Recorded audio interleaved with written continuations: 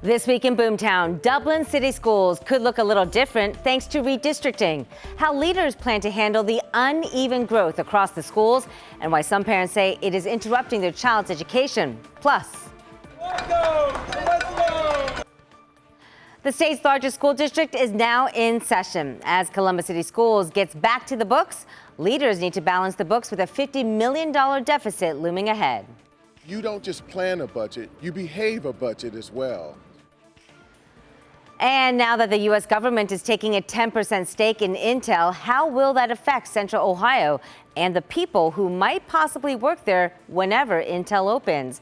We dive deeper into what it all means. So much buzzing this week with Central Ohio, it is booming. We all see it and we can all feel it. So here's what we uncovered this week in Boomtown.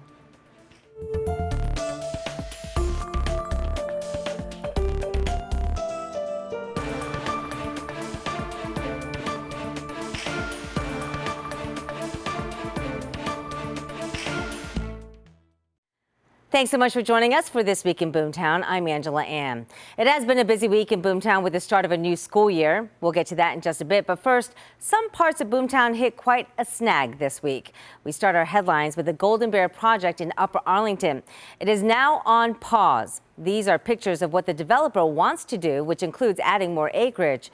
The plan, however, also includes residential, retail, restaurant, and office space.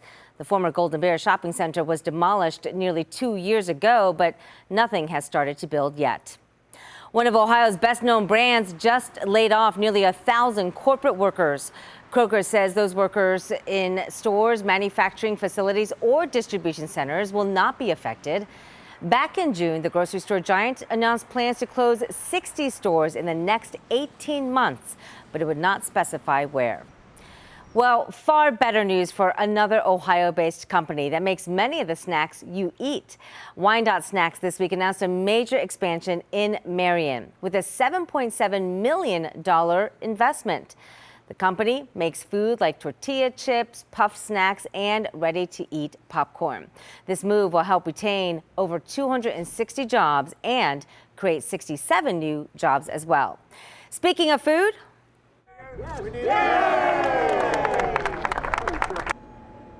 Donato's is taking its pizza to the East Coast market. This is video of when the Gahanna-based pizza chain celebrated its 60th anniversary 2 years ago. Donato's is definitely booming today, joining the greater Washington, D.C. market to include Virginia and Maryland. Aside from Ohio, Indiana, and Kentucky, you'll also find Donato's branching out to the great state of Texas, further strengthening a brand built right here in Central Ohio.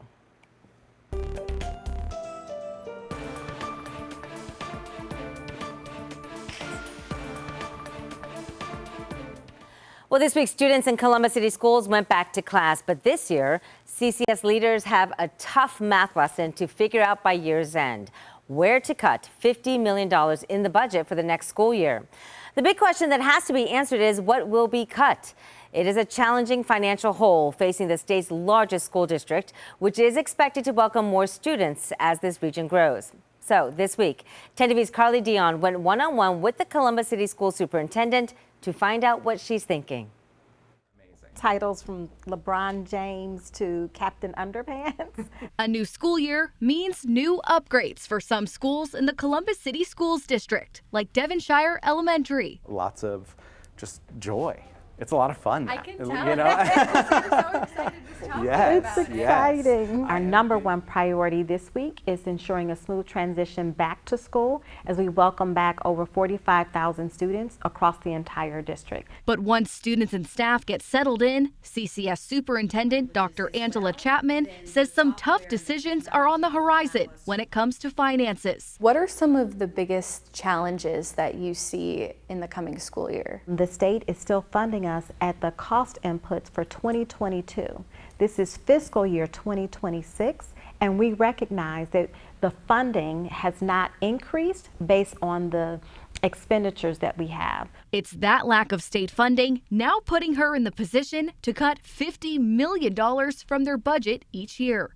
Chapman says they're exploring every option as far as what to cut with the least impact to their school community. We have more facilities and more space in our facilities, and many of our buildings are under-enrolled. So this is an opportunity for us to think differently about how we allocate our resources. Chapman says they're hoping to have a list of what cuts will be implemented by November, and they'll consider everything from the enrollment lottery to staffing to transportation.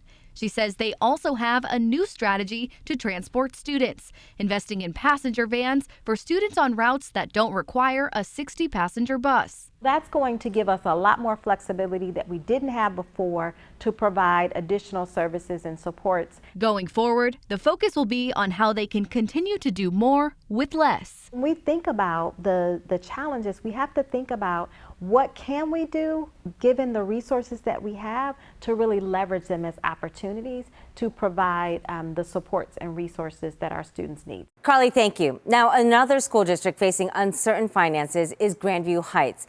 That district is growing so fast, the administration is already looking towards the future.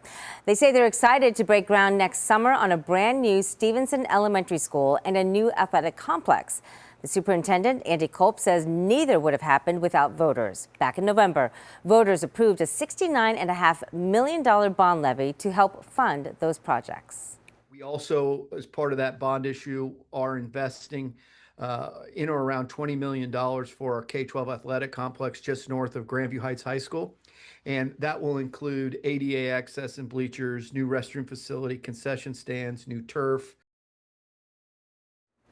And the superintendent says the athletic complex will be built in phases beginning next June. Well, really, changes like all this happening all across Boomtown. For example, Dublin. Dublin is trying to handle the rapid growth in its high schools by changing which students go to which schools. This week, 10 TV's Catherine Simon talked to a parent who's been through this change before and is worried it'll come at a cost to her child's education again.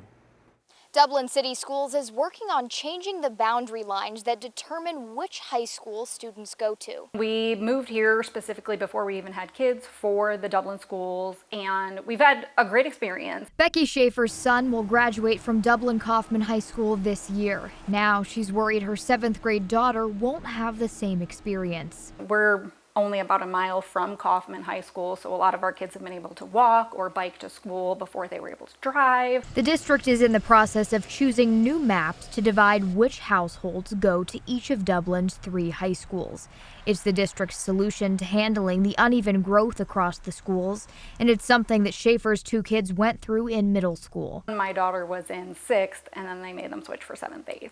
The district has enlisted a third party to help draw the new maps. They'll show drafts to the public in September, and the superintendent will make a decision in November. And I think they are just nervous and scared that they're going to again get pulled from their friends and, you know, have to learn a whole new school and not get the, you know, opportunities that they feel like their siblings did. Current high schoolers who are impacted by the redistricting may choose to stay at their current high school, but next year's incoming freshmen will have to go to their assigned school, meaning if Schaefer's neighborhood is impacted, her now 7th grade daughter wouldn't be able to go to Kaufman. I love this town.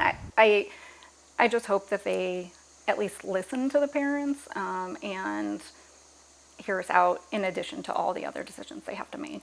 The planning team is taking feedback now. We have a link to where you can find more information over at 10tv.com. Reporting in Dublin, Catherine Simon, 10TV News. Certainly a lot of growing pains there. Catherine, thank you. This is a good time, though, to highlight that as our region grows, so does the amount of students who are working to learn English as a second language. We're talking about new Americans. This population of English language learners is one that is rapidly booming in Central Ohio.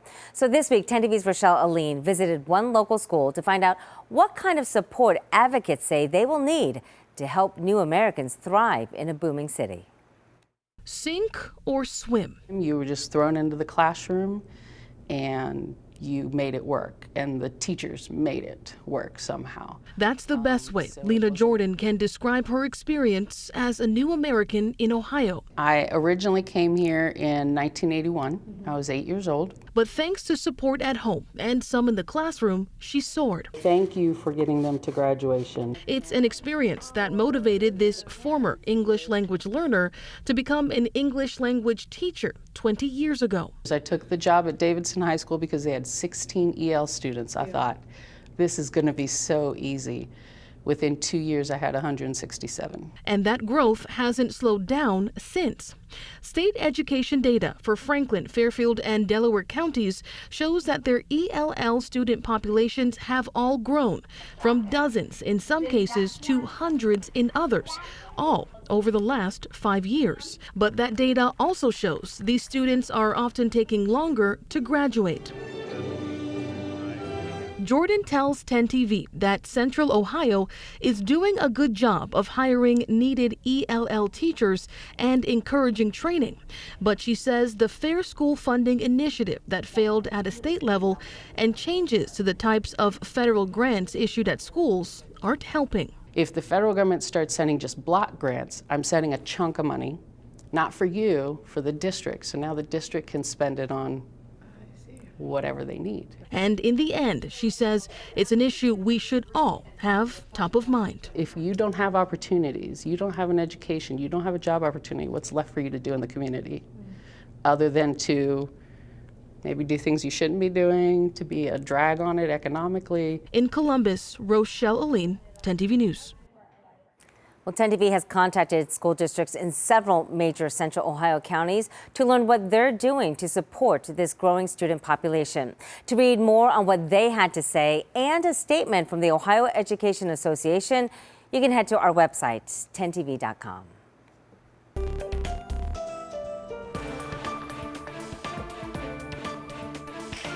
We are taking a moment this week, diving deeper into the White House announcement that the federal government is taking a 10% stake in Intel. This is a nearly $9 billion investment in the tech company stock. President Donald Trump calling it a win for both sides. And I said, I think it would be good having the United States as your partner. He agreed, and they've agreed to do it. And I think it's a great deal for them.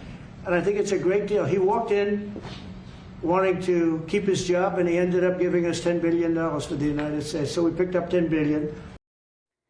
Well, so today we are looking at how this all came to be, given how the president came after Intel CEO earlier this month. Trump demanding Lip Bhutan resign, citing concerns over the CEO's past business history with China. But after a White House meeting just days after that, the president changed his tune, saying Tan's career is an amazing story. Now, according to Intel, the government will only have a passive ownership in the company. But the question is, what does this all really mean, and how will it affect people who end up working at the Intel plant in Licking County? So joining us on This Week in Boomtown is Dwayne Donaldson. He's an economics professor at Columbus State Community College. Always great to have you as a guest on this show. Thank you. Thank you. So let's get to it. People are scratching their heads over this when they first heard, wait a minute, the government can just buy a stake in a company like Intel. You say yes. Yes. Companies can be bought and sold by anyone. The government is just another entity in the cycle. So this has been done before. The most recent large case that most people might remember is 08-09, when we had the financial economic crisis and the government bought interests in General Motors, GMAC, Daimler Chrysler, banks. It was a large deal, took many, many months to put together. So this has been done before. So is this similar to when we hear the government's bailed out these companies? In a way, yes. There are three primary ways that the government gets involved in making decisions as to which companies may what we'll call win or lose economically. First is through taxes and regulation. So they make changes, and those sometimes they need Congress to help do that. Another way is through large contracts and or stimulus spending. If it's an emergency, like we had COVID, that's the most recent large one people remember. Sure. They'll make large contracts with, say, a vaccine provider. Are they buying shares? No. But are they propping that company up to make large investments in a short period of time? Yes. So that's another way. And then the third way is through direct investment. Many times that's through stock sale, and that's what we're talking about in this case. The fear is, how long will you be a member of that? How large? And then what are you going to do when you have voting rights? Will you get involved in the company's business, or will you stay back and be passive? Interesting. And so you said this is nothing new. Goes back to the Great Depression even. Yes, it goes back to the Great Depression. FDR did this many times in the New Deal to stimulate the economy. The government at that time felt that it needed to get directly involved to guide it for a period of time until the private economy could take it back over again and run it consistently for something that was vital to the company. We don't just do this for something small like shoes or something. We do it for a national interest. Yeah. So we certainly saw the headlines, Intel shares going up. Then from an economic stimulus standpoint, who's really benefiting? Intel, the president, the taxpayer? Well, hopefully everybody, but it's really unknown.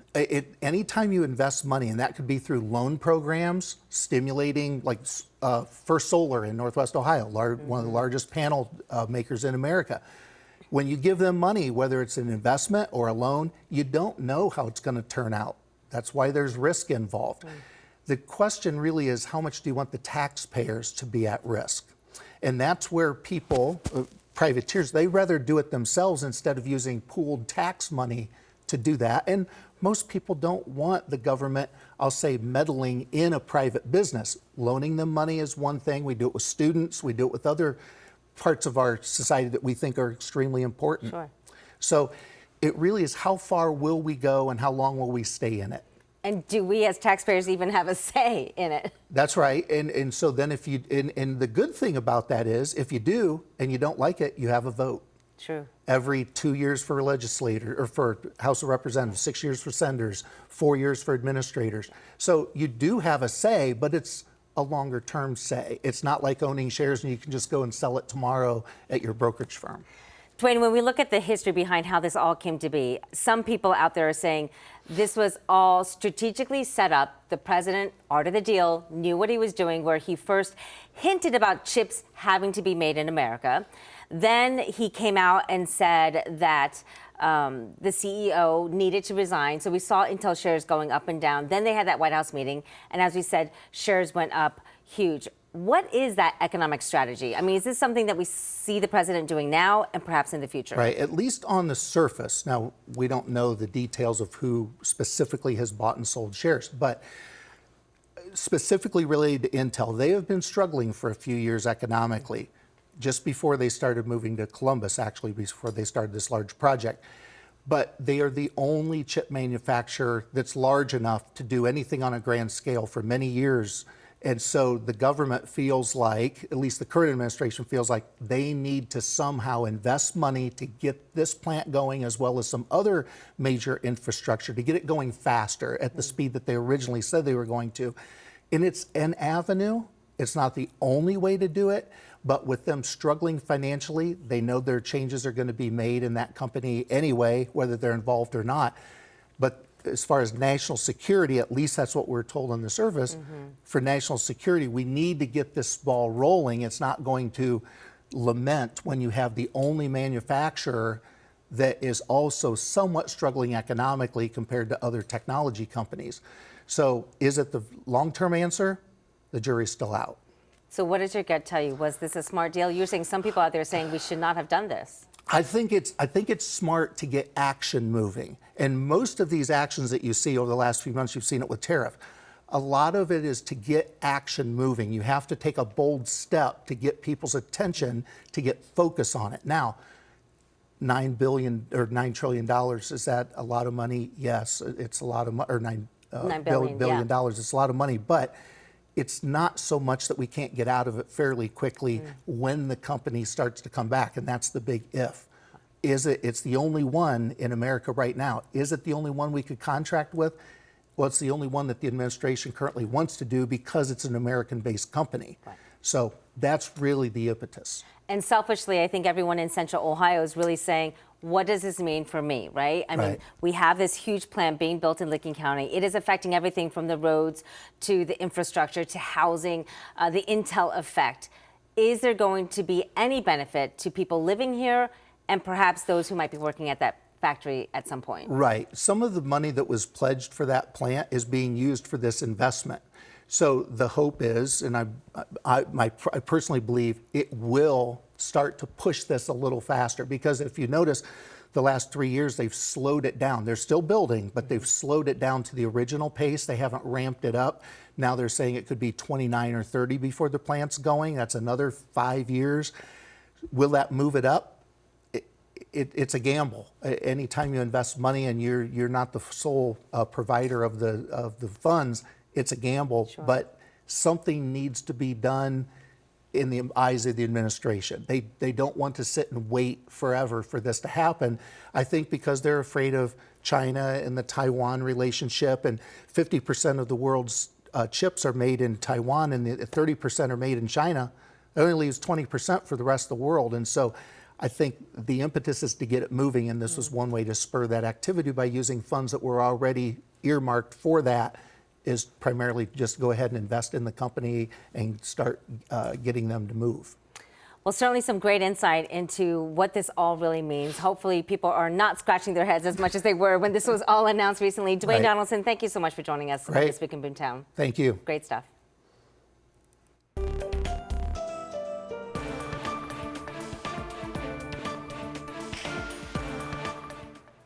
Well, look at this, a picturesque view spreading across Ohio right now. Thousands of murals are gracing the sides of barns, factory buildings, even downtown high-rises and many other structures, as you can see. These are all part of the Murals Across Ohio program, an effort to feature public murals in all 88 counties of Ohio.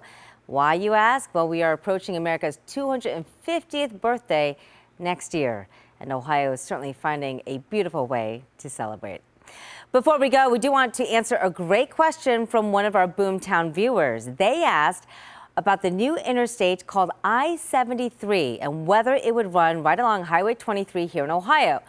And they want to know, is this a valid claim? Well, friends, the answer is yes. Take a look at this map. It would be called Interstate 73, and ODOT is working on a traffic study right now that should be done in 2026. The goal, of course, is to get rid of all those traffic headaches along US 23 from Toledo to southern Ohio by upgrading the current route. If you drive it, then you know why.